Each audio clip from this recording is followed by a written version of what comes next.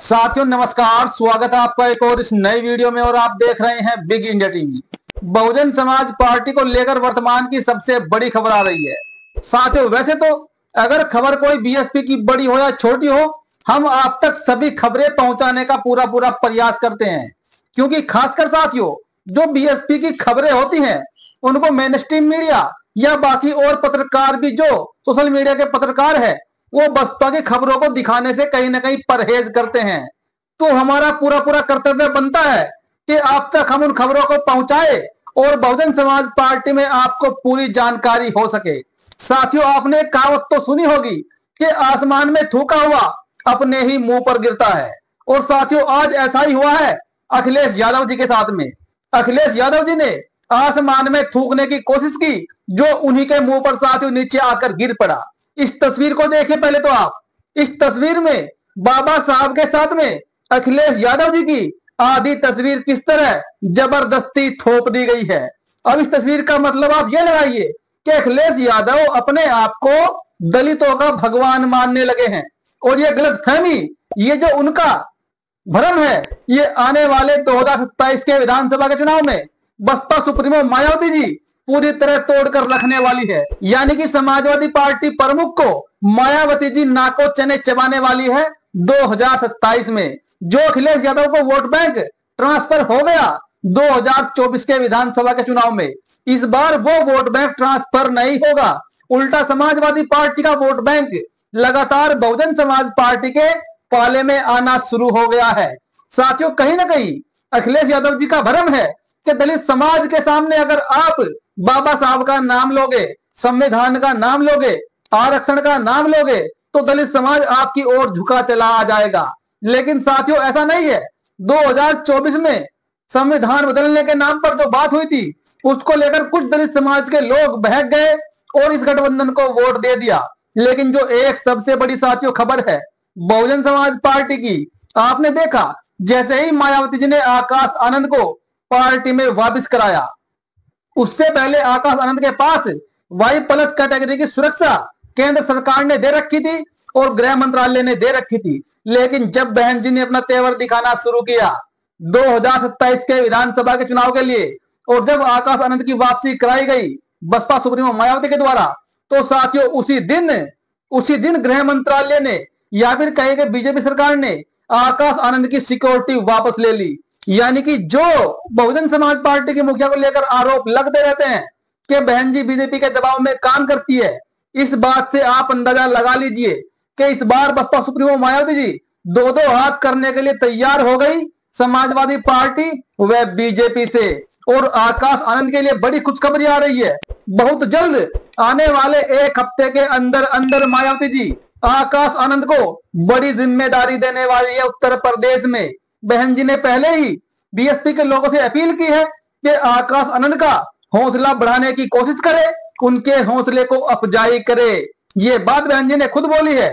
और एक तरफ साथियों जो समाजवादी पार्टी प्रमुख अखिलेश यादव भ्रम में जी रहे हैं कि दलित समाज इस बार फिर हमको वोट दे देगा, और शायद वो ये बात भूल गए कि दलित समाज ये बातें कभी नहीं भूल सकता कि समाजवादी पार्टी ने ही संसद में खड़े होकर SC/ST के प्रमोशन का बिल संसद में SC के ही एक सांसद से फड़वाया था। दलित समाज ये कभी नहीं भूलेगा कि समाजवादी पार्टी प्रमुख ने अपनी मनवादी सोच के चलते उत्तर प्रदेश के 9 जिलों के नाम बदल डाले, जिन जिलों को बहन कुमारी मायावती जी ने बहुजन महापुरुषों के नाम पर रखा। कई मेडिकल कॉलेजों के समाजवादी पार्टी प्रमुख ने नाम बदल डाले, उनको भी दलित समाज नहीं भूलने वाला है। और लखनऊ के जो अंबेडकर पार्क है जो बहुजनों की शान है, उसी पार्क को अय्याशी का अड्डा बताने की बात जो सभा प्रमुख ने कही थी, दलित समाज के लोग उसको भी भूलने वाले नहीं है। तो चाहे अखिलेश यादव अपनी फोटो के पास में नहीं, चारों तरफ अंबेडकर जी की फोटो चिपका ले, दलित समाज इनके बहकावे में नहीं आने वाला। और इसको लेकर आकाश आनंद ने भी जो खतरनाक रगड़ा अखिलेश यादव को, वो आपके देखने लायक है। देखिए हमारे परम पूज्य भारत रत्न बाबा साहेब डॉक्टर भीमराव अंबेडकर जी की तस्वीर के साथ जो छेड़छाड़ सपा के लोगों ने की है वह अक्षम्य अपराध है। और समाजवादी पार्टी की तरफ से इस पर माफी न मांगना यह साबित करता है कि यह एक सोची समझी साजिश है जिसके सूत्रधार समाजवादी पार्टी के सीनियर अध्यक्ष अखिलेश यादव हैं। अखिलेश यादव व समाजवादी पार्टी की नीतियां हमेशा से दलित विरोधी रही है और समय समय पर इनकी दलित विरोधी हरकतें सामने आती रही है, इसलिए इनसे सावधान रहे।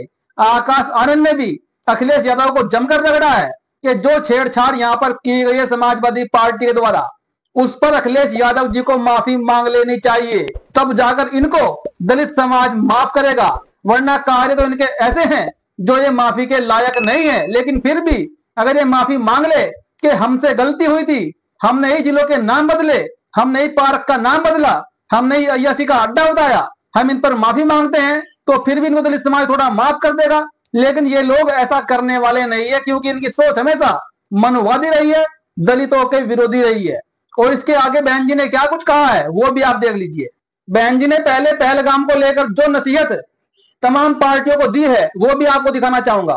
पहलगाम आतंकी हमले को लेकर सभी पार्टियों को एकजुट होकर सरकार के हर कदम के साथ खड़ा होना चाहिए, न कि इसकी आड़ में पोस्टरबाजी व बयानबाजी आदि के जरिए घिनौनी राजनीति की जानी चाहिए, क्योंकि इससे लोगों में कंफ्यूजन पैदा हो रहा है जो देश हित में ठीक नहीं है। साथ ही इस प्रकरण में भारतीय संविधान के निर्माता परम पूज्य बाबा साहेब डॉक्टर भीमराव अंबेडकर का भी अपमान कतई न किया जाए। खासकर समाजवादी पार्टी व कांग्रेस को इस बात का विशेष ध्यान रखना चाहिए, वरना बीएसपी इसके विरुद्ध सड़कों पर भी उतर सकती है। बहन कुमारी मायावती जी आज एक बार फिर सड़कों पर उतरने की बात कर रही है। साथियों, आप लगातार पिछले एक साल से देख रहे होंगे बहुजन समाज पार्टी वर्तमान में सड़कों की राजनीति कर रही है। जब सुप्रीम कोर्ट की तरफ से SC ST के आरक्षण में वर्गीकरण का फैसला आया तो उसके खिलाफ भी बहुजन समाज पार्टी सड़कों पर उतरी। उसके बाद जब अमित शाह ने संसद के अंदर बाबा साहब का अपमान किया तब भी बीएसपी सड़कों पर उतरी। और एक बार फिर जब समाजवादी पार्टी प्रमुख ने बाबा साहब का अपमान करने का काम किया तो बहन जी ने चेतावनी दी है कि हम सड़कों पर उतरकर इसका विरोध भी कर सकते हैं अगर आपने माफी नहीं मांगी तो बसपा सुप्रीमो मायावती जी ने 2027 के विधानसभा चुनाव के लिए ऐसी प्लानिंग की है कि समाजवादी पार्टी प्रमुख को मायावती जी इस बार नाको चने चबाने वाली है। और साथियों, मैं आपको थोड़ी सी बात करना चाहूंगा गठबंधन को लेकर भी। इस बार बसपा सुप्रीमो की एक बात और भी आई है निकलकर। बहन जी ने कहा कि हमको इस बार उत्तर प्रदेश में सरकार बनानी है। जी हाँ, वही सरकार जो आपने 2007 से 2012 के बीच में देखी। इस बार बहन जी ने साफ साफ कहा कि हर हाल में सरकार बनानी है बहुजन समाज पार्टी की। तो कहीं ना कहीं जो गठबंधन के चांस है उत्तर प्रदेश में, या तो समाजवादी पार्टी या बीएसपी गठबंधन कर सकती हैं, क्योंकि वर्तमान में साथियों आरोप प्रत्यारोप का दौर जारी है। लेकिन इसके बावजूद भी पार्टियां कब गठबंधन कर ले इसका कोई अंदाजा नहीं होता है, क्योंकि राजनीति में कब हमारा दुश्मन दोस्त बन जाए ये समय पर डिपेंड करता है साथियों। बाकी साथियों, आपको ये खबर कैसी लगी अपनी प्रतिक्रिया जरूर दीजिएगा।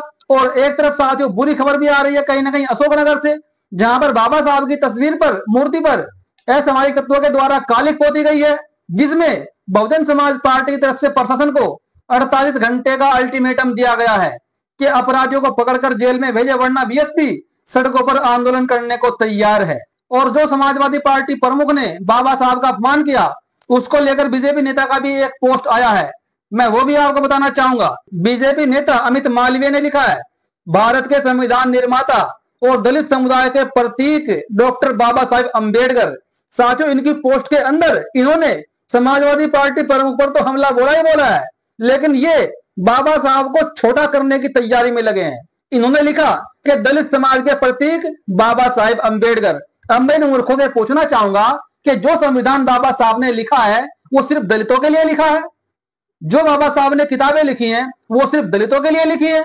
जिस किताब के ऊपर बाबा साहब के रिजर्व बैंक ऑफ इंडिया खड़ा है उसमें सिर्फ दलितों का पैसा जमा है? ये लोग मूर्खों वाली बात करते हैं। हालांकि इन्होंने क्या आगे कहा है, भारत के संविधान निर्माता और दलित समुदाय के प्रतीक डॉक्टर अंबेडकर का इससे बड़ा अपमान और कुछ नहीं हो सकता कि उनके चेहरे को बिगाड़कर उस पर अखिलेश यादव का चेहरा थोप दिया जाए। अखिलेश यादव चाहे कितनी भी बार जन्म ले वे बाबा साहब की महानता और समाज के वंचित वर्गों के उत्थान में योगदान के बराबर नहीं हो सकते। समाजवादी पार्टी और अखिलेश ने पहले महान योद्धा राणा सांगा का अपमान किया और अब बाबा साहेब का। यह हिंदू समाज के लिए कतई स्वीकार्य नहीं हो सकता। ये बातें आई हैं बीजेपी की तरफ से निकलकर।